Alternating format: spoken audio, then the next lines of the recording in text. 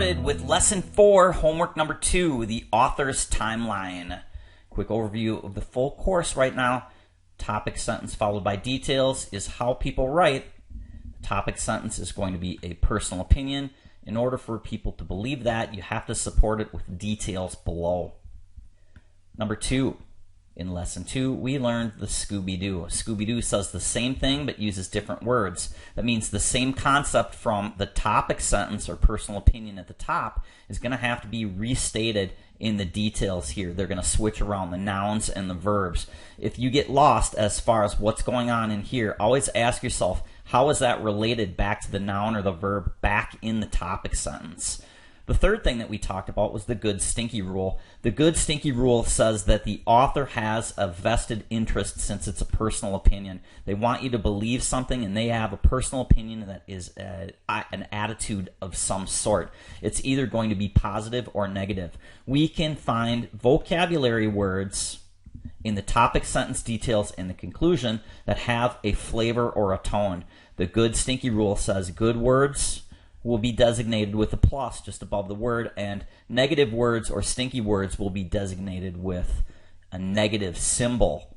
When we're asked questions in regards to what the author thinks, look for words that suggest some type of a tone or flavor using the good stinky rule. Then in lesson number 4, we talked about the author's timeline. The author's timeline is a basic way that authors love to write.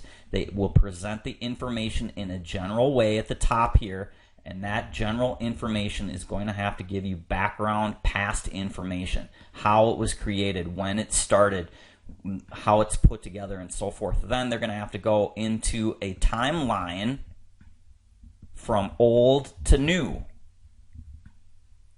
And the new potentially even could go into the future.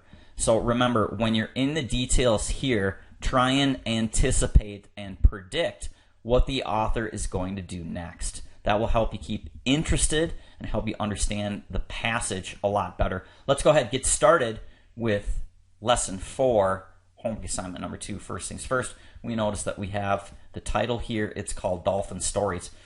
Topic sentence says, do dolphins and people have a special relationship? Whenever they ask a question, you can assume in the timeline that they're going to have to answer that.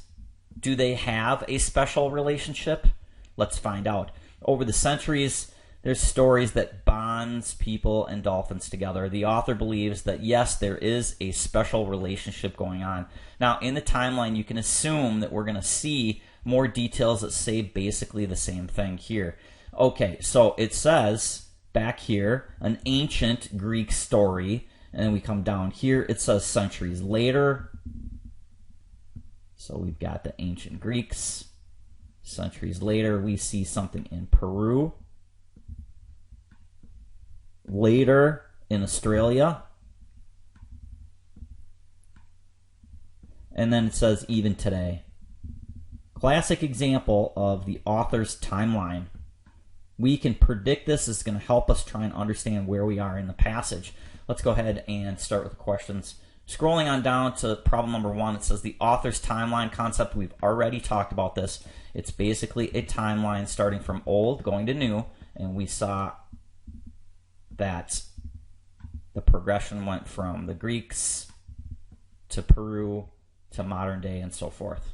Let's go ahead and take a look at problem number 2.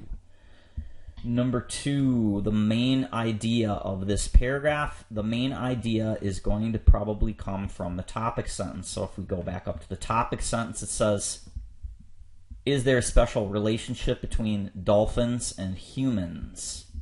The answer we saw in the second line here says that there's a bond. So they answer their own question. Yes, some type of special relationship between dolphins and humans.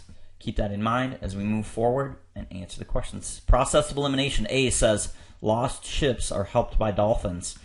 That is true, but it is too narrow. We're looking for an answer choice. That's the main idea, which should technically come from topic sentence.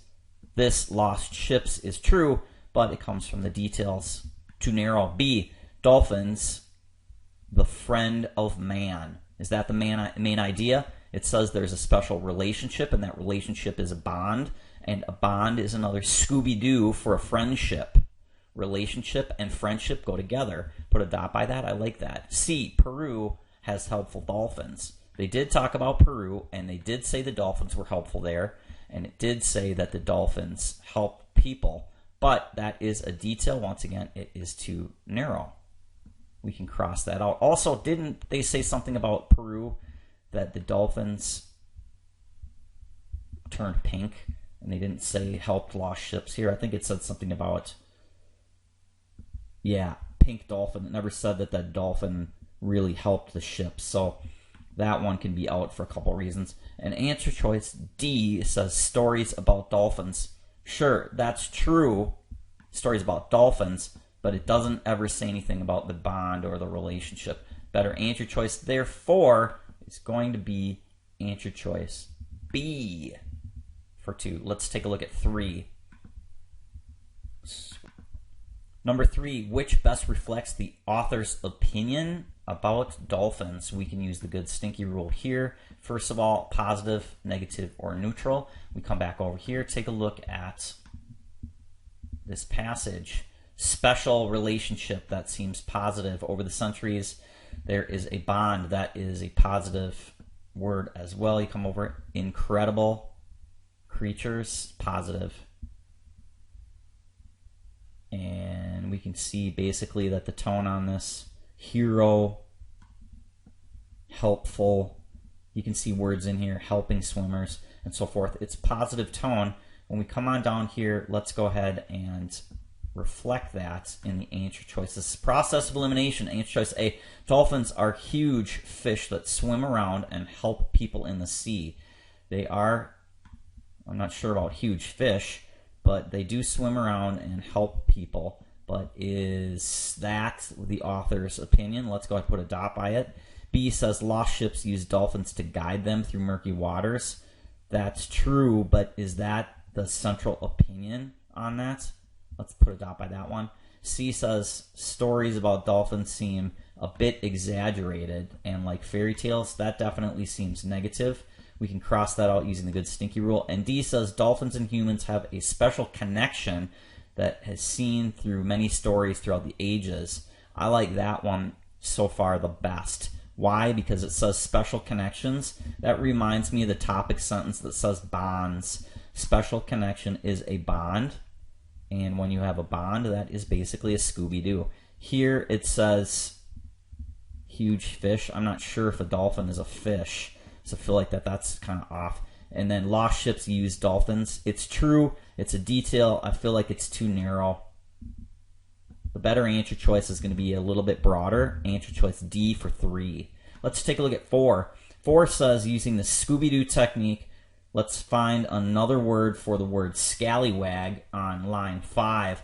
Scallywag says this. We go back to the beginning of the sentence. It says, in ancient Greek story, the god Dionysus changes some scallywag pirates. So we know that a scallywag is related to a pirate. Think of a pirate. What's a pirate like?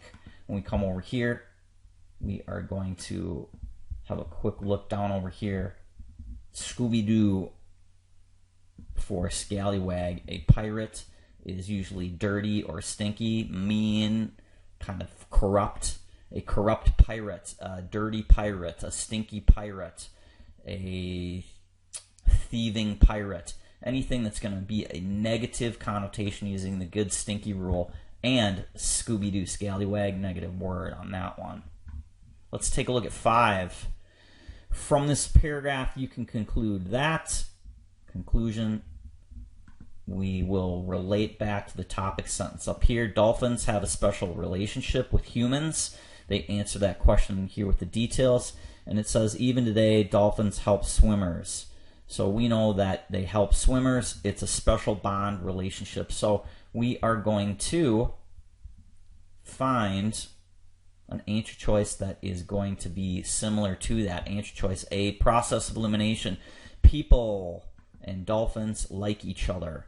Well, when you like each other, that's a Scooby-Doo for a bond. I like that one so far. Let's go ahead and put a dot by that one. We'll take a look at answer choice B. B says dolphins are smarter than People, that is not true, and that sounds kind of weird, so cross that one out. C, dolphins look for swimmers who need help. You can't conclude that. They don't necessarily look. That word right there throws me off. I feel like that's a warning signal right there. Cross that one out. D, dolphins like to guide ships. Dolphins like to guide. How do you know? How do you know they look? How do you know they like? You don't know that. You can cross that one out. But you can conclude that they like each other. Dolphins and people have a bond, and when you have a bond, it's a relationship, and when you have a relationship, you like each other. 5, the correct answer here is going to be answer choice A. Let's move on to 6.